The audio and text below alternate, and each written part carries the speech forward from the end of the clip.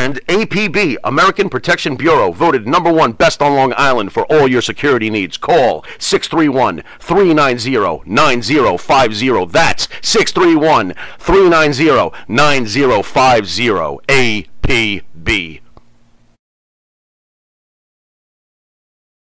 Weeks ago, we had super agent Eric Sims on the show. Eric was down at the gathering, and he had some issues with Big Vito. Jimmy, you shared that you met Big Vito in the gathering. You thought he was a great guy, right? Yeah. I don't know Big Vito. I do know Eric Sims. I wasn't at the gathering. He's just telling the story, right? I mean, that's what we're doing here. We're interviewing. You're telling your side of the story, right? Correct. So some videos got pretty popular out there about Big Vito, and Big Vito felt that his brand was being destroyed due to this Eric Sims interview. I didn't reveal this to you, though, Jimmy. Today, Big Vito called me. We had about an hour-long conversation. Few things I did not know about the man. Number one, he served for this country. So thank you, Vito, for protecting our great country. And thank you for putting your life on the line. He shared with me, his wife's medical issues. And he tried to actually, share the situation that went on with Eric. And, I had shared with him that Eric, before the gathering, asked me if he thought that he should bring Vito in. And I said, I don't think you guys really get along, Eric. I don't think it's a good idea. I think you need to kind of move on. And but he brought him, and we all know the problems that happen. So we're not just going to keep talking about that issue. I've spoken to both people, both Eric and Vito. How I see it as someone who's inside the business, there was a better way that Eric could have conducted himself. Like, first off, you never pay somebody in front of a gigantic group of people. You just don't ever do that stuff. You walk up to now. Is that a vendor rule? Like what is? That's a wrestling rule. That's something that Eric should know. It's even old school. It is. Okay. Yeah, I'm very interested in if I walked up and it's a sign of disrespect. The thing about Vito not wanting to eat with them, I asked him about that. He didn't want to eat before the match. Eric wanted to leave. He wrestled that night. So I agree with him on that. Like, if you were to go play football, for example, right? Y'all talked about sports earlier, right? If y'all gonna go play a sport, you don't want to be eating beforehand, and get sick in the ring or whatever, And then, so he said he was just gonna eat afterwards, after the match and everything, which I can understand that.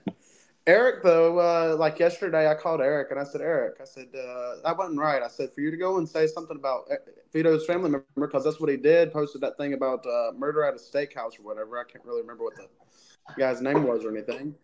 I said, Eric, that'd be equal to him posting something about the Holocaust or something. I said, there's lows, and you don't go that low. You don't talk about somebody's dead family members. So, okay. I understand what you're saying there. And, Vito explained himself to me, too. Again, I'm not the judge, jury, and executioner, right? And I told that to Vito. It's like, Eric's a friend. Eric was telling him his story.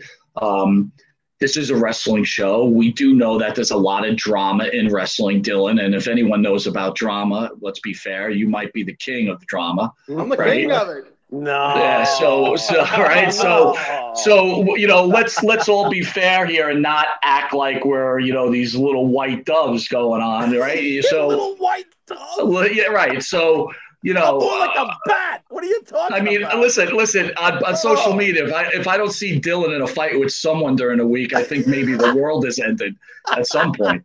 Or I might be dead. Yeah, exactly. Oh, you're dead. Did Dylan die? I haven't seen a post. Michael, I think you'd call me up and be like, "Hey, man, you still alive?" Yeah, I did. I'm like, whoa, what's up here? So, let me ask you this. So, one of the bones of contention was that Vito didn't sign all the pictures or whatever. And he signed all of them. He signed 300 photos. I will say that. But I supposedly there were extra ones.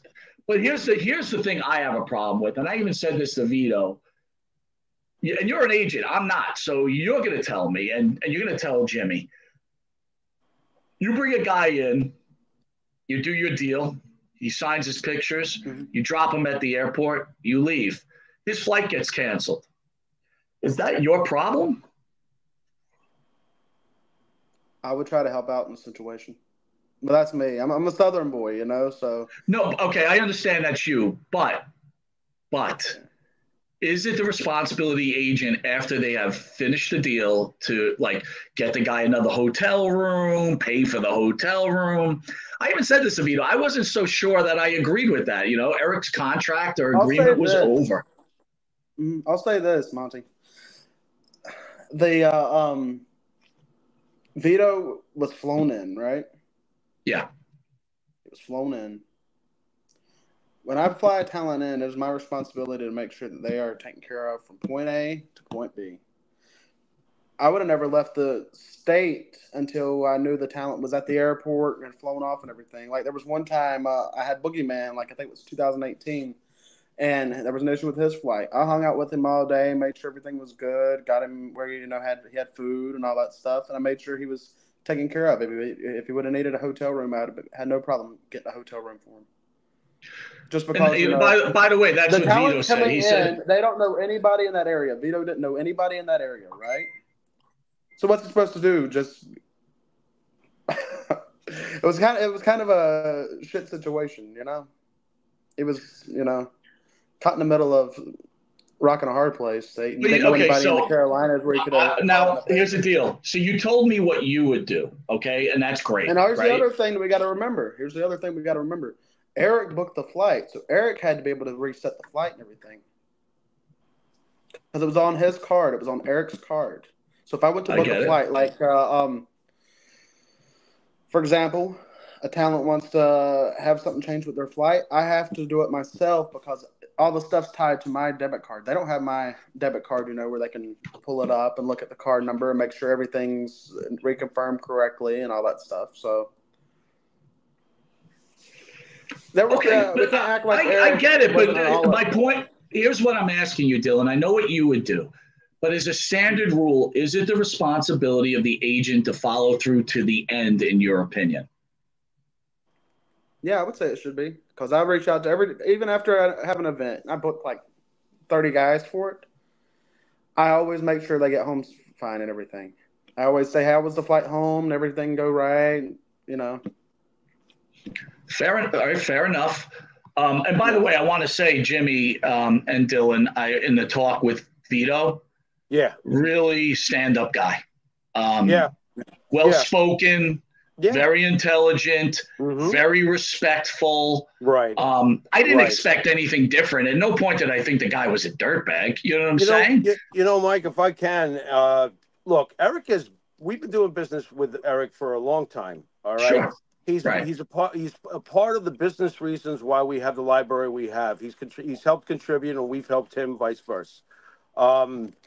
What gets to me a little bit is that our job is to interview people. Everybody knows, and I'll say it again, because I don't go on Facebook and I don't make posts and I don't like to posture. I really don't. Mike, you know that I'm pretty private, and when the light goes on, I do my job, and then I go the fuck home. Okay, you know how I am. All right. It is our job as interviewers to allow both sides of whatever story is being told. Here's the most important part at home, folks, to be told. Our door is always open. If somebody has a controversial take that you don't agree with, please don't waste anybody's time by going on Facebook or doing this or doing that. Mike is very easy to find. I'm very easy to find, obviously, whether I want to be or not. Right, Mike? Sure. You know, and you get your chance to come on, okay? We should never be, and we have been canceled, and we have been held responsible for doing our job. Our job is to bring on people that people care about and are interested in because of their great bodies of work in this great sport. It's our job to bring these people on. If they have a controversial take, they're entitled to it. Don't penalize the show that is, you know, otherwise that would mean that people like Morton Downey or Lenny Bruce or Howard Stern have no right to exist, and we do. If you want to lump us in with those, and I'm using them as examples because we have been lumped in with those. Fair, Mike? Fair. Fair enough. Right?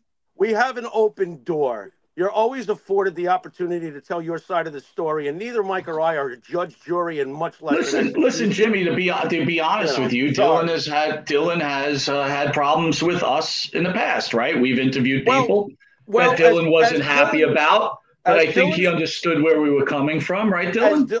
As Dylan explains, what an agent does and what he does, I can only come to one conclusion, because, Dylan, we never discussed this, but years ago, I'm realizing more and more, as much as I love Abby's always working somebody. So I guess, Mike, was it that day Abby working us? Because you remember, it was like Dylan went back to where Dylan's from, and Pharaoh, do you have $50? So I ask you, Dylan, fairly, is Abby the ultimate worker? Was he working me that day? What's up with that? He works everybody. Ah, geez. And he always Listen, wait a minute. Hold on, guys. Did he call y'all a champ? Did he use the word champ at all? Did he use the word capital? He asked me for money. He said, "Do you have $50?" He specified $50. Did he use the word champ? No, I don't think usually so. He calls people champ, and usually when he calls somebody champ, that means chump. Oh, no, he didn't. Okay. He really worked at somebody. No, he says, "Hey, champ, how you doing?" He called me Pharaoh. I'm so confused. So let me. I want to stay on track here. So last night, or at least it was shown last night, Big Vito went on a podcast to discuss his problems with Eric Sims. I want to make it clear: Eric is a business partner and a friend of the show. He's a personal friend of mine. I like Eric a lot. Hey, Eric's got a good heart. All right, this is my opinion, and that's what it is. It's someone else's opinion. Don't believe it. Whatever. So he goes on this show, and his friend, that dude Duke, loves wrestling, right? The guy that doesn't know whether he's a black guy or a white guy, right? That guy. He don't know. He doesn't know. Some pictures he's white, some pictures he's black. I have no idea what that deal is. God. So I even told Vito on the phone today, no, that guy did exactly with you what you didn't want to, what Sims did with us. But here's the thing I wanted to ask you, Dylan. So here's an example. You're supporting Vito. I totally understand that. And like I said, Vito's a great guy. Hold on. I do see both sides. I will say that. I know. But here's my thing. How don't you have a problem with Vito going on that show, considering that guy, and, we didn't get a chance to talk about this. I'm going to bring it up. There was a argument between son and father. Somehow it got caught on air. Right? Shit happens.